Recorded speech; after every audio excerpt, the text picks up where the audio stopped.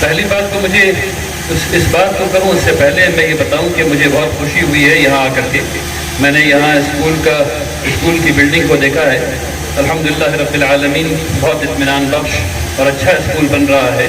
میں امید کرتا ہوں کہ یہاں اساتذہ بھی اتنے ہی اچھے آئیں گے اور کلاس روم میں تعلیم بھی اتنی ہی اچھی ہوگی.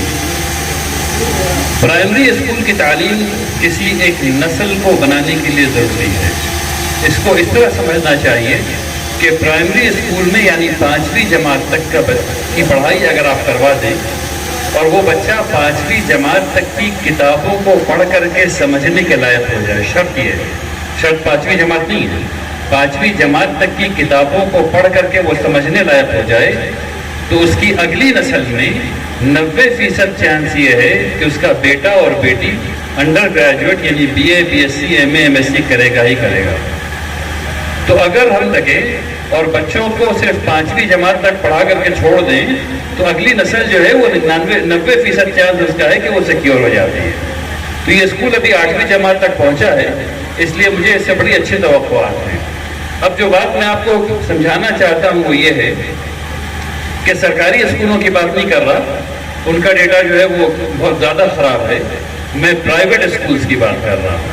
پرائیویٹ اسکول کا ڈیٹا کچھ اس طرح دکھتا ہے کہ تیسری جماعت میں جو بچے پاس ہو رہے ہیں اس میں 50.2% 50.2% بچے اپنے لیول کی کتاب کو نہیں پڑھ پا رہے ہیں. وہ دوسری جماعت سے نیچے کی کتاب بھی نہیں پڑھ پا رہے ہیں.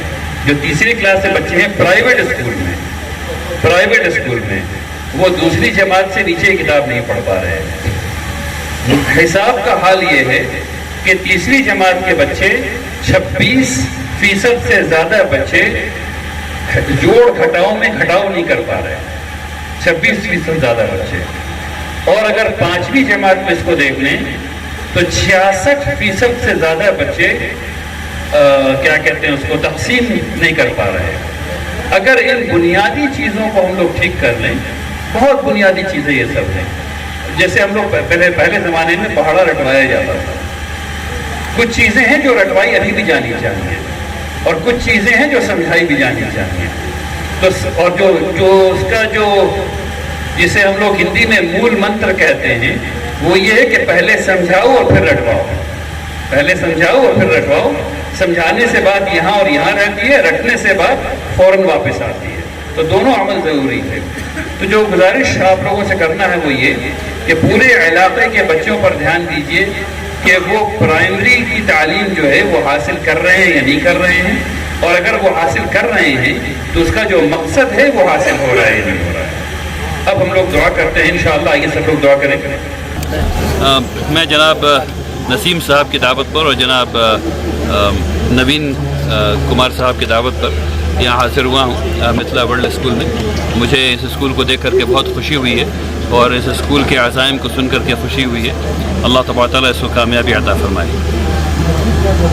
جی, آج کے دینی تعلیم کے لیے حضرت کا کیا ہے؟ اصل میں اسلام میں تعلیم جو ہے وہ یونیورسل ہے اور اسلام اس بات کی دعوت دیتا ہے کہ ہر چیز کی تعلیم حاصل کی جائے. ہر وہ چیز جو انسان کے لیے نفع بخش ہے اسے سیکھنا چاہیے, اور یہ اسکول میرا خیال ہے کہ اس کام کو کرنے جا رہا ہے. تو ہم سب لوگ بہت خوش ہیں کہ اس جگہ پر ایسا اسکول کھلا ہے, اتنا شاندار اسکول کھلا ہے. اللہ اس کو کامیابی عطا فرمائے. نوین کمار صاحب کی دعوت پر یہاں حاضر ہوا ہوں متھلا ورلڈ اسکول میں. مجھے اس اسکول کو دیکھ کر کے بہت خوشی ہوئی ہے اور اس اسکول کے عزائم کو سن کر کے خوشی ہوئی ہے. اللہ تبارک تعالیٰ اس کو کامیابی عطا فرمائے. جی, آج کے دینی تعلیم کے لیے حضرت کا کیا ہے؟ اصل میں اسلام میں تعلیم جو ہے وہ یونیورسل ہے اور اسلام اس بات کی دعوت دیتا ہے کہ ہر چیز کی تعلیم حاصل کی جائے. ہر وہ چیز جو انسان کے لیے نفع بخش ہے اسے سیکھنا چاہیے, اور یہ اسکول میرا خیال ہے کہ اس کام کو کرنے جا رہا ہے. تو ہم سب لوگ بہت خوش ہیں کہ اس جگہ پر ایسا اسکول کھلا ہے, اتنا شاندار اسکول کھلا ہے. اللہ اس کو کامیابی عطا فرمائے.